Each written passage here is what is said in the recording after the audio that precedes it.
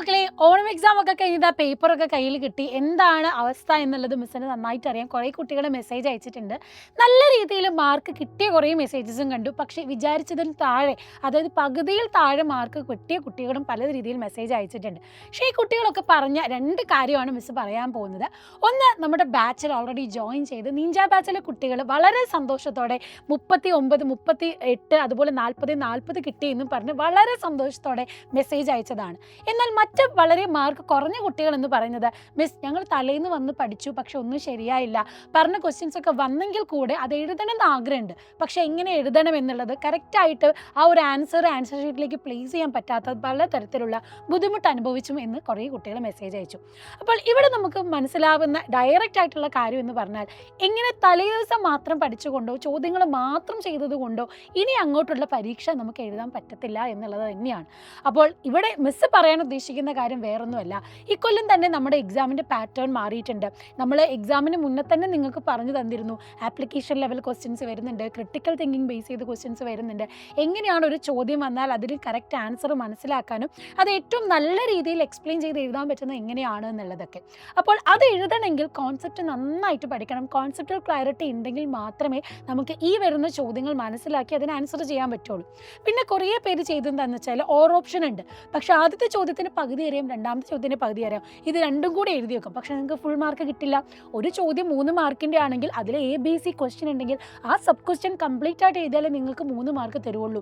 Or ഓപ്ഷനിലെ 2 ചോദ്യത്തിന് പകുതി എഴുതി വെച്ചാൽ നിങ്ങൾക്ക് ഫുൾ മാർക്ക് കിട്ടില്ല. അപ്പോൾ ഇവിടെയൊക്കെ നമ്മൾ മനസ്സിലാക്കേണ്ട കാര്യം, നമ്മൾ പഠിക്കുന്നത് എന്താണോ ആ കോൺസെപ്റ്റ് നന്നായിട്ട് മനസ്സിലാക്കാനും അതിൽ നിന്ന് ഏത് രീതിയിൽ ചോദ്യം വന്നാലും അത് ഡയറക്റ്റായിട്ട് ആൻസർ ഷീറ്റിലേക്ക് എഴുതാനും നമുക്ക് പറ്റണം. അപ്പോൾ ആ ഒരു സ്കില്ല് ഡെവലപ്പ് ചെയ്യേണ്ടത് എങ്ങനെയാണ് എന്നുള്ളത് ഓണപരീക്ഷ എഴുതിയപ്പോൾ കുറച്ചൊക്കെ നിങ്ങൾക്ക് മനസ്സിലായി കാണും. എവിടെയാണ് ഞാൻ ഫേസ് ചെയ്യുന്ന ബുദ്ധിമുട്ട്, എന്താണ് ആൻസർ ഷീറ്റിൽ എഴുതുന്ന സമയത്ത് അല്ലെങ്കിൽ എക്സാം ഹോളിൽ എഴുതുമ്പം ഞാൻ ഫേസ് ചെയ്യുന്ന ഇഷ്യൂ എന്താണ് എന്നുള്ളത് നിങ്ങൾക്ക് ഓരോരുത്തർക്കും അത് മനസ്സിലായി. കാരണം ഓരോരുത്തരുടെ ഡിഫിക്കൽട്ടി എന്താണെന്ന് അവർക്ക് മാത്രമേ മനസ്സിലാവുള്ളൂ. അപ്പോൾ ഇത് നമുക്ക് ഇനി പരിഹരിക്കേണ്ടതുണ്ട്. ഇതുവരെ നമ്മൾ ചെയ്തതുപോലെയല്ല. കാരണം ഏറ്റവും നല്ല മാർക്ക് വാങ്ങാൻ പറ്റിയ ഒരു പരീക്ഷയായിരുന്നു ഓണപ്പരീക്ഷ. പക്ഷെ അവിടെ മാർക്ക് കുറഞ്ഞു പോയിട്ടുണ്ട് എങ്കിൽ അവിടുത്തെ പ്രശ്നം എന്താണെന്ന് നിങ്ങൾ ഓരോരുത്തരും ചിന്തിക്കേണ്ടതുണ്ട്. അപ്പോൾ ഇനി എന്താ നമുക്ക് ചെയ്യാൻ പറ്റുക? ക്രിസ്മസ് എക്സാമിലേക്ക് വരുമ്പോൾ നമ്മൾ ആകെ 2 ചാപ്റ്റർ 3 ചാപ്റ്ററാണ് ഈ ഒരു 3 മാസം കൊണ്ട് പഠിച്ചു തീർത്തത് എങ്കിൽ ഇനി നമുക്കുള്ളത് 2-2.5 മാസം കൊണ്ട് ഈ ടോട്ടൽ വരുന്ന ഒരു 4-5 ചാപ്റ്ററോളം നമുക്ക് ബയോളജീൻ്റെ കേസിനും അതുപോലെ സോഷ്യൽ മാത്സ് ഒക്കെ എടുക്കുമ്പോൾ ഏകദേശം 8-10 ചാപ്റ്റർ നിങ്ങൾക്ക് പഠിക്കേണ്ടി വരും. അവിടെ നിങ്ങൾക്ക് ഏറ്റവും നല്ല സപ്പോർട്ട് എന്ന് പറഞ്ഞാൽ നമ്മുടെ നീഞ്ച ബാച്ച് തന്നെയാണ്.